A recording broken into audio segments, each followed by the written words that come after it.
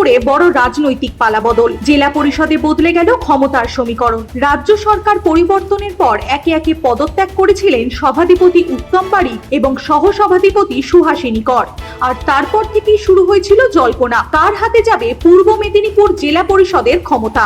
সোমবার সকাল থেকেই তমলুকের জেলা পরিষদ ভবনে ছিল তীব্র উত্তেজনা। সতীশ সামন্ত সভাকক্ষে শুরু হয় ভোটাভুটির প্রস্তুতি, কিন্তু ভোটের দিনই অনুপস্থিত প্রাক্তন সভাধিপতি উত্তম বারিক, প্রাক্তন সহসভাধিপতি সুহাসিনী কর সহ আরো 2 তৃণমূল সদস্য। আর সেই অনুপস্থিতিকে ঘিরেই চড়ে রাজনৈতিক পারদ। 70 আসনের জেলা পরিষদে 2 সদস্যের মৃত্যুতে কার্যকর সদস্য সংখ্যা 68। সংখ্যাগরিষ্ঠতার জন্য দরকার ছিল 35টি ভোট। আর সেই লড়াইয়ের মধ্যেই ভোটাভুটিতে বিরোধী শিবিরের বামদেব গুছাইতকে নতুন সভাধিপতি এবং এগরার জেলা পরিষদ সদস্যা বাসরী পণ্ডিতকে সহসভাধিপতি হিসেবে সমর্থন করা হয়। পূর্ব মেদিনীপুরে কি শুরু হলো নতুন রাজনৈতিক অধ্যায়? জেলা পরিষদের এই পালাবদল কি রাজ্যের রাজনীতিতেও ফেলবে সুদূর প্রসারী প্রভাব? পূর্ব মেদিনীপুরের এই রাজনৈতিক মহারণে নজর এখন গোটা রাজ্যের। সেটা মানে কি, আমাদের সভাধিপতি সহকারী সভাধিপতি যখন পদত্যাগ করলেন তা আলোচনা করেননি, হঠাৎ করে করেছেন। তো আমরা স্বাভাবিক কারণে, যেহেতু সভাধিপতি মানে নেতা জেলা পরিষদ, তো আমরা যখনই পদত্যাগ করার পরে জেলা পরিষদ তো প্রায় না চলার মতো চলছেই না। তারপরে স্বাভাবিক কারণেই আমরা কর্মাধ্যক্ষ যারা ছিলাম জেলা পরিষদের মেম্বারদের আমরা ডাকলাম। তো আমরা সেখানে বসে কি করব আগামী দিনে সিদ্ধান্ত নেব। তার প্রাক্কালে যিনি বিরোধী দলনেতা ছিলেন তিনি বলেছিলেন যে আপাতত সভাধিপতি সহকারী সভাধিপতি পদত্যাগ করেছেন, আমাদের পাশে আমাদেরকে সাহায্য করুন যাতে করে জেলার উন্নয়নে সকলকে নিয়ে কাজ করবো, আমাদের পাশে। তো সেখানে আমি তো ব্যক্তিগত আমরা কেউ নয়, আমরা ছিল জেলা পরিষদে যারা নির্বাচিত প্রতিনিধি তাদেরকে নিয়ে জেলা পরিষদে রেখে বসছিলাম কয়েকদিন আগে। বসে সেখানে আমরা আলাপ আলোচনা করে সিদ্ধান্ত নিয়েছিলাম যে বর্তমানে শাসক দলে যারাই আসবেন সভাধিপতি সহকারী সভাধিপতি, আমরা তাদেরকে সমর্থন জানাবো মানুষের উন্নয়নের স্বার্থে। আমরা এখানে কোনো প্রতিদ্বন্দ্বিতা করব না। আজ কতজন উপস্থিত? আজকে নির্বাচনে আমাদের প্রায় 2-3 জন বাদ দিয়ে প্রায় সবাই এসেছিলেন এখানে। কেউ আপনার অ্যাবসেন্ট বলে 3-4 জন। তো স্বপনদা তার স্ত্রী অসুস্থ, তিনি কলকাতাতে আছেন।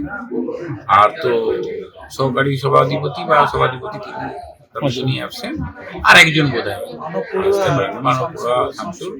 ওরা তো শামসুর তো আমরা 100% সহযোগিতা, তারা যেভাবে সহযোগিতা চাইবেন আমরা সহযোগিতা করবো যাতে করে জেলার মানুষ কোনোভাবেই উন্নয়নের ক্ষেত্রে না পছন্দ। মানে এই জেলার মুখ্যমন্ত্রী নিশ্চিতভাবে বাড়তি কিছু এই জেলার মানুষ পেতে চলেছেন, এর তো আশা রাখবো জেলার মানুষ হিসাবে। অত্যন্ত আনন্দ এবং গর্বের সঙ্গে সবটাই গ্রহণ করছি, কিন্তু দায়িত্ব অনেক বাড়লো এই অর্থে যে আজকে জেলা পরিষদে যে নিদর্শন হলো এটা একটি ইতিহাস হলো। এখানে জেলা পরিষদের আজকের সভাধিপতি এবং সহকারী সভাধিপতির সংক্রান্ত যে নির্বাচনী ব্যবস্থাপনা ছিল, সেই ব্যবস্থাপনাতে প্রায় 98% আমাদের জনপ্রতিনিধিরা এখানে উপস্থিত হয়েছিলেন। তারা সভাধিপতি এবং সহকারী সভাধিপতি নির্বাচনের সময়কালে সভাধিপতি বিধায় আমার নাম এবং সহকারী সভাধিপতি বিধায় আমাদের বাসরীদির নাম বাসরী পণ্ডিত, ওনার নাম প্রস্তাব হয় সভাতে এবং সমস্ত সভাতে উপস্থিত সমস্ত সদস্যগণ সহমতের ভিত্তিতে হাততালি দিয়ে সকলেই সমর্থন জানিয়েছে। ফলে এই যে নিদর্শন আজকে আমাদের জেলায় তৈরি হলো, এই নিদর্শনের ফলস্বরূপ আমাদের দায়িত্ব অনেক বেড়ে গেল এবং এই সাফল্য আমাদের কারণেই নয়, সবটাই জননেতা তথা আমাদের রাজ্যের নবনির্বাচিত রাজ্য সরকারের মাননীয় মুখ্যমন্ত্রী শুভেন্দু অধিকারী মহোদয়ের প্রতি এই সকল মেম্বাররা তারা আস্থা জ্ঞাপন করেছেন বলেই আজকে তারা সবাই বিরোধী চিন্তাভাবনাকে দূরে সরিয়ে উন্নয়নের স্বার্থে, অর্থাৎ জননেতা শুভেন্দু অধিকারীর যেহেতু এটা নিজের জেলা, তিনি কিভাবে উন্নয়ন করতে হয় সেটা তিনি বোঝেন বলেই আজকে তার চিন্তাভাবনাকে সামনে রেখে এই জেলায় বেশি করে কাজ হোক। এই জেলা একটা সময় যখন শুভেন্দুবাবুর হাত ধরে রাজ্যে প্রথম সারির জেলা হিসাবে চিহ্নিত করা হয়েছিল। সেটা শুভেন্দুবাবু যেদিন তৃণমূল কংগ্রেস ছেড়েছিলেন তারপর থেকে জেলা পিছোতে রাজ্যের শেষের দিকে পৌঁছে গিয়েছিল। আজকে সকলেই প্রাণ ফিরে পেতে চাইছেন, যে সবাই চান শুভেন্দুবাবু নেতৃত্বাধীন যে রাজ্য সরকার চলছে তারই জেলা এই জেলা, ফলে এই জেলা শুভেন্দুবাবুর হাত ধরে উন্নয়নের যে বন্যা বইবে সেটা মেম্বাররা সকলেই অনুভব করেছেন বলেই শুভেন্দুবাবুর প্রতিনিধি বিধায় আমাদের নাম যখন এখানে এসেছে সেই নামের বিরুদ্ধে কেউ না গিয়ে সকলেই সহমত জ্ঞাপন করেছেন। ফলে একদিকে আমরা আজকের এই সভা থেকে প্রেস বাইটের মাধ্যম দিয়ে আমরা জননেতা তথা রাজ্যের মুখ্যমন্ত্রী শুভেন্দু অধিকারী মহোদয়কে কৃতজ্ঞতা জ্ঞাপন করছি, সাথে সাথে আমাদের মেম্বারদের এই যে সদর্থক ভূমিকা সেজন্য তাদেরও আমরা কৃতজ্ঞতা জ্ঞাপন করছি। কতজন উপস্থিত ছিলেন? আমাদের প্রায় 64 জনের মতো, মোট মেম্বার 70 জন, 65 জন উপস্থিত, 2জন মারা গিয়েছেন, ফলে 68 জন মেম্বার ছিল, মোট 65 জন মেম্বার উপস্থিত হয়েছে বলে শুনেছি। 70-এর মধ্যে 2জন মারা গিয়েছে, ফলে একটা বড়। আপনার নাম কে প্রস্তাব করে? আমার নাম প্রস্তাব করেন আমাদের বর্ষিয়ান জেলা পরিষদ সদস্য জয়দেব মিদ্যা মহোদয়। চণ্ডীপুর থেকে তিনি নির্বাচিত।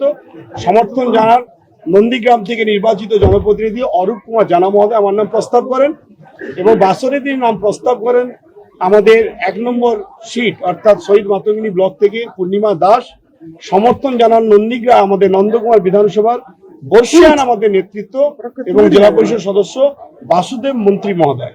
এবং সেই প্রস্তাব এবং সমর্থনকে সমস্ত হাউস এক সহমতের ভিত্তিতে হাততালি দিয়ে করতালি দিয়ে তারা স্বাগত জানিয়েছেন, সমর্থন করেছেন। শাসক দল যেহেতু আপনার দলের, সেহেতু যে পূর্ব মেদিনীপুর জেলা পরিষদে কাজ করতে কতটা অনেক বেশি স্বতঃস্ফূর্তভাবে কাজ করতে পারে? আমার তো আজকের পরে যা মনে হয়েছে, শুভেন্দু বাবু যেমন 24 ঘন্টার মধ্যে 20 ঘন্টা রাজ্যের জন্য ভাবছেন, আমারও শুভেন্দু বাবুর পদাঙ্ক অনুসরণ করে আমিও 20 ঘন্টা জেগে এই জেলার মানুষকে পরিষেবা দেওয়ার জন্য সদর্থক ভূমিকা গ্রহণ করেছি এবং গ্রহণ করবার মানসিকতা পোষণ করেছি এবং করব, এবং সেটা কাজ করেই প্রমাণ করব। আজকে আমরা 3টি হোয়াটসঅ্যাপ গ্রুপ খুলছি। একটি জেলা পরিষদের সদস্যদের নিয়ে একটা হোয়াটসঅ্যাপ গ্রুপ খুলছি আমরা আজকে সমগ্র জেলার।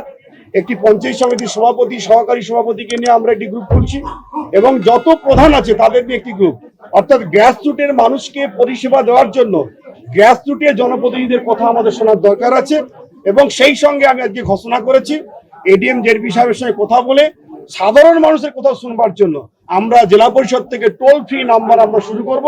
সেই টোল ফ্রি নাম্বারের মাধ্যম দিয়ে আম জনতা অভিযোগ করার সুযোগ পাবেন, এবং সেই সুযোগ যা আসবে আমাদের কাছে লিপিবদ্ধ হবে আমাদের জেলা পরিষদের মেম্বারদের মাধ্যম দিয়ে স্থানীয় গ্রাম পঞ্চায়েত প্রধান এবং পঞ্চায়েত সমিতি কর্মকর্তাদের সঙ্গে সমন্বয় সাধন করে জেলাকে এগিয়ে নিয়ে যাওয়ার জন্য আমরা সব ক্ষেত্রে একদিকে উন্নয়নের জন্য সদর্থক ভূমিকা গ্রহণ করব, আর অপরদিকে এলাকার মানুষজন যাতে শান্তি শৃঙ্খলা ভাবে জীবনযাপন করতে পারেন সেটাও আমরা সদর্থক দৃষ্টিভঙ্গিতে আমরা দেখবো।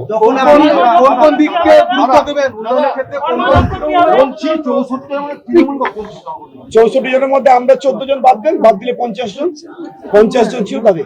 যখন আপনি বিরোধী দলনেতা সবাই যখন আপনি বিরোধী দলনেতা ছিলেন তখন আপনি বারবার বলতেন যে বিমাত্র সুলভ আচরণ করেছে পূর্ব মেদিনীপুর জেলা পরিষদ। এবার আপনি সভাধিপতি হয়েছেন, তো সেক্ষেত্রে আগামী দিনে উন্নয়নের রূপরেখা কি করবেন? দেখুন, দুটো কথা বলে নেওয়া দরকার আছে। বিমাতৃসুলভ যে আমাদের প্রতি আচরণ করা হতো সেটা আমরা জনগণকে জেলায় বোঝাতে সক্ষম হয়েছিলাম বলেই এই জেলাতে 2টো লোকসভা আমরা পেয়েছি। আমরা এই জেলাতে 16 বিধানসভা করতে পেরেছি। ফলে সাধারণ মানুষ আমাদের ডাকে সাড়া দিয়ে আমাদের জনপ্রতিনিধিকে বিধানসভায় কথা বলার জন্য, সংসদে কথা বলার জন্য পাঠিয়েছেন। আমরা জেলা পরিষদ আটক করি।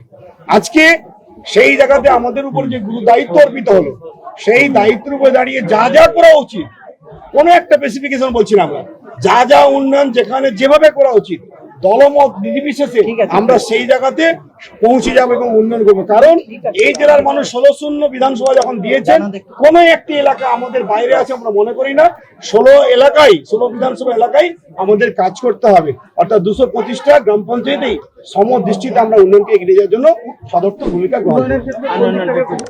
সবটাই উন্নয়ন করতে হবে। কোন আগে আমরা বিরোধী পক্ষ হয়ে কাজ করেছি, তাই তো আমি তখন যেহেতু জেলা পরিষদ সাধারণ সদস্য ছিলাম, তাই আমি আমার যে এলাকা কনস্টিটিউশন এলাকার যে 4টা অঞ্চল, সেই 4টা অঞ্চলের আমি সাধারণ মানুষের তাদের দরকার, তাদের উন্নয়নের কাজে আমি এতদিন কাজটা করেছি, তাদের উন্নয়নের স্বার্থে। বর্তমান আমি পূর্ব মেদিনীপুর জেলা পরিষদের সহকারী সভাধিপতি হিসেবে নির্বাচিত হয়েছি। আমাকে আমার দল পরিষদের সদস্য ওনারা আজকে আমাকে এই দায়িত্ব আমার হাতে তুলে দিয়েছেন। তো আজকে আমার সত্যি অনেকটা দায়িত্ব বেড়ে গেল। পুরো পূর্ব মেদিনীপুর জেলার উপরে আমাকে কাজ করতে হবে। যতটা সময় আমি আমার 4টা অঞ্চলের উপরে আমি দিয়েছি, তার থেকে আরো অনেক বেশি আমাকে সময় দিতে হবে এবং পূর্ব মেদিনীপুর জেলাকে যাতে আমরা পশ্চিমবঙ্গের সর্বোচ্চ স্তরে উন্নয়নের স্তরে নিয়ে যেতে পারি, তার জন্য আমরা সব সময় যেন সচেষ্ট থাকবো।